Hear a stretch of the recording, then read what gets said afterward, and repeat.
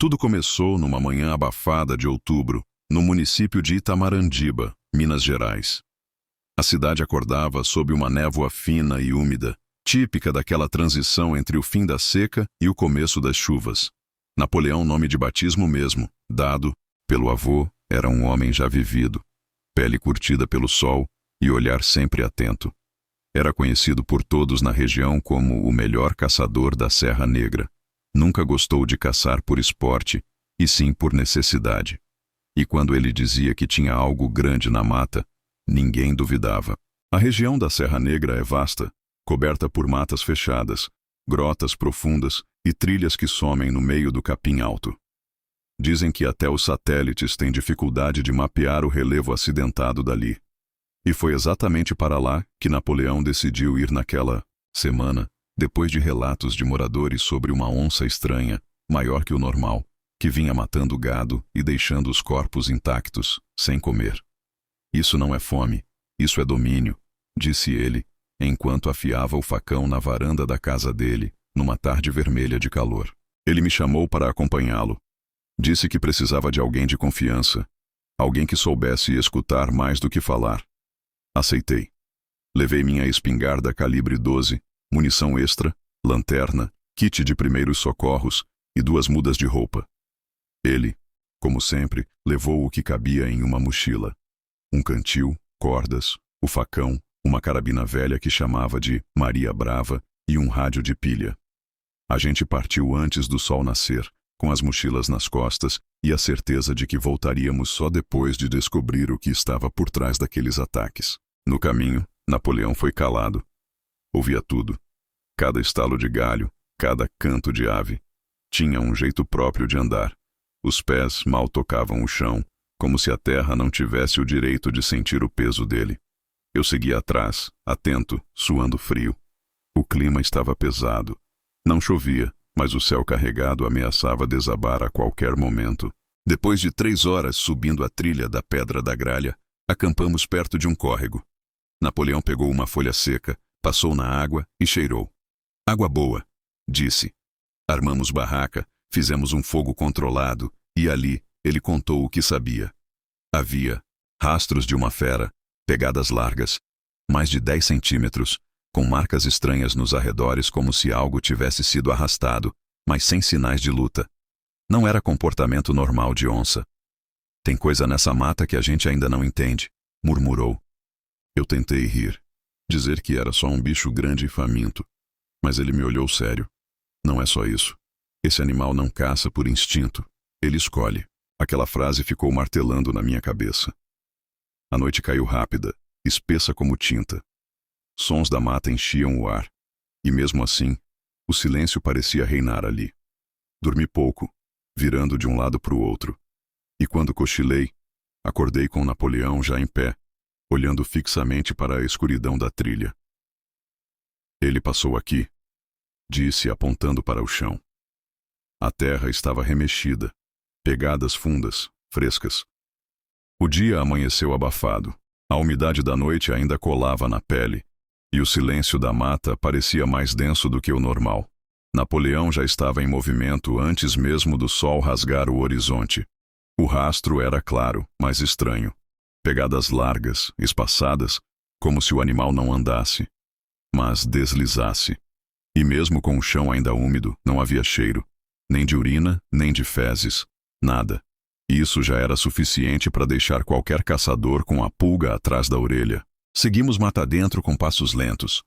A cada 100 metros, Napoleão parava, agachava e encostava o ouvido no chão. Tá perto, mas tá quieto, bicho esperto. O problema é que quanto mais entrávamos, mais a mata mudava. Árvores maiores, raízes torcidas como braços humanos, cipós pendurados como armadilhas naturais. O ar ficou mais pesado, difícil de respirar. A gente se comunicava quase sem falar, só com sinais. A certa altura, encontramos um bezerro morto, parcialmente devorado. Mas não parecia ataque comum. O couro estava rasgado em linha reta, limpo, e não havia moscas nem cheiro de decomposição. Ao lado, um galho com marcas de garras que pareciam de navalha. Napoleão ficou um tempo olhando aquilo. Ele quer que a gente veja, disse baixo. Aquilo não era só instinto de caça. Era um recado. Mais adiante, por volta do meio-dia, a trilha se estreitou. Tivemos que abrir caminho com o facão. Foi aí que a mata nos pregou a primeira peça. Um deslizamento de terra, silencioso, quase imperceptível, tirou o chão dos meus pés. Caí uns 4 metros numa ribanceira. Rolei, bati o ombro numa pedra e fiquei ali, atordoado. Quando abri os olhos, vi Napoleão descendo amarrado em cordas improvisadas. Ele me alcançou em minutos, me examinou e me ajudou a subir. A mata tá contra a gente, falou. Mesmo ferido, continuei. O ombro doía, mas o medo superava a dor. Sabíamos que, a essa altura, o bicho já sabia que estávamos ali. Ele estava nos conduzindo como um jogo de xadrez. E Napoleão também sabia disso. Tem bicho que foge. Esse aqui, não. Esse espera. Armamos acampamento antes do escurecer. A clareira era pequena, protegida por pedras dos 2 lados. Fizemos fogo só com brasas, para não chamar atenção. Napoleão fincou armadilhas simples com fios de pesca e sinos improvisados. Dormimos por turnos. Às 2h15 da madrugada, escutei o sino tocar. Baixo, lento. Napoleão já estava em pé, arma em punho, olhos arregalados. Apontava para um ponto na mata onde nada se movia. E mesmo assim, a gente sabia que tinha algo lá. O rádio de pilha começou a chiar, do nada, como se pegasse interferência. O som que veio em seguida não era de animal. Era um estalo, como osso quebrando. Corremos até a trilha lateral. Encontramos uma das armadilhas destruída. E no chão, bem no centro, uma marca de pegada, mas com algo a mais. Parecia ter garras longas, finas, como dedos. Amanhã cedo a gente vai até a Pedra do Mirante. Se ele estiver defendendo o território, é lá que ele vai se mostrar. Napoleão disse e voltou para o seu canto. Dormi pouco. O céu carregava um peso estranho. Naquela noite eu percebi. A gente não estava caçando. A gente era o alvo. Subimos em silêncio até o alto da Pedra do Mirante. O sol ainda não tinha saído, mas a luz pálida da manhã já recortava os galhos secos e os troncos grossos como colunas de catedral. Napoleão ia na frente com a carabina nas costas e o facão preso no peito. Eu, com a espingarda engatilhada, sentia o coração batendo na garganta. A Pedra do Mirante era um afloramento rochoso com visão para todo o vale. Ali, os ventos batiam forte, e a mata parecia menor, como um tabuleiro de xadrez que escondia mais do que mostrava. Ficamos ali em silêncio, observando.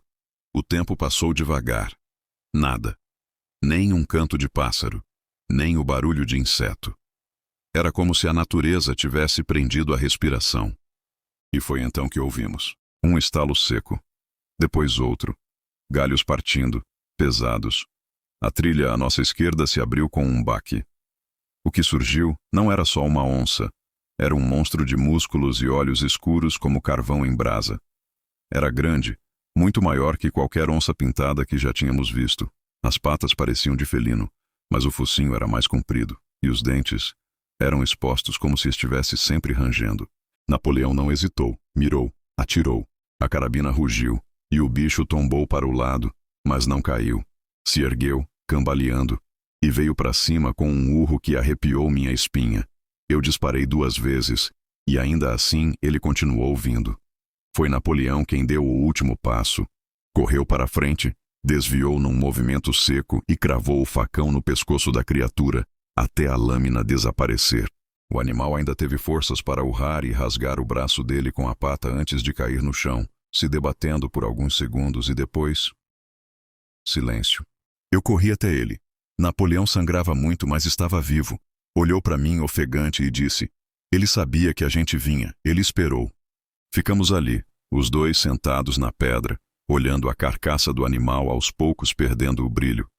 Era como encarar o topo da cadeia alimentar e perceber que a gente só sobrevive porque alguns monstros deixam. Voltamos para a cidade 2 dias depois, em silêncio, com o corpo moído e a alma remexida. Napoleão com o braço enfaixado, eu carregando as mochilas e as armas, e o peso daquilo que havíamos enfrentado. Não contamos a história inteira para ninguém.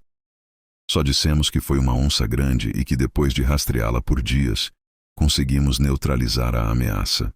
Mas dentro da gente, sabíamos que era mais que isso. Naquela trilha, naquele combate, eu entendi algo que nunca tinha sentido com tanta clareza. A mata tem regras próprias. A natureza não deve nada para ninguém. A gente entra achando que domina, que tem tecnologia, arma, experiência. Mas ali, somos só mais uma peça.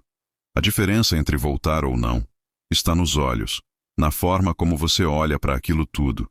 Respeitar a floresta não é sobre medo, é sobre saber o seu lugar. Napoleão mudou depois disso. Ficou mais calado, mais introspectivo. Parou de caçar por um tempo. Aquilo ali não foi só uma caça, foi um teste. Ele me escolheu. Disse uma vez enquanto limpava a carabina. Eu entendi. Aquela fera não estava só defendendo o território, estava selecionando o inimigo à altura. A cicatriz no braço dele virou lembrança viva de que nem toda vitória vem com gosto de conquista. Às vezes, vencer significa simplesmente sair vivo. E desde então, toda vez que alguém pergunta por que não voltamos mais àquela serra, Napoleão só responde: algumas trilhas não são para serem feitas duas vezes.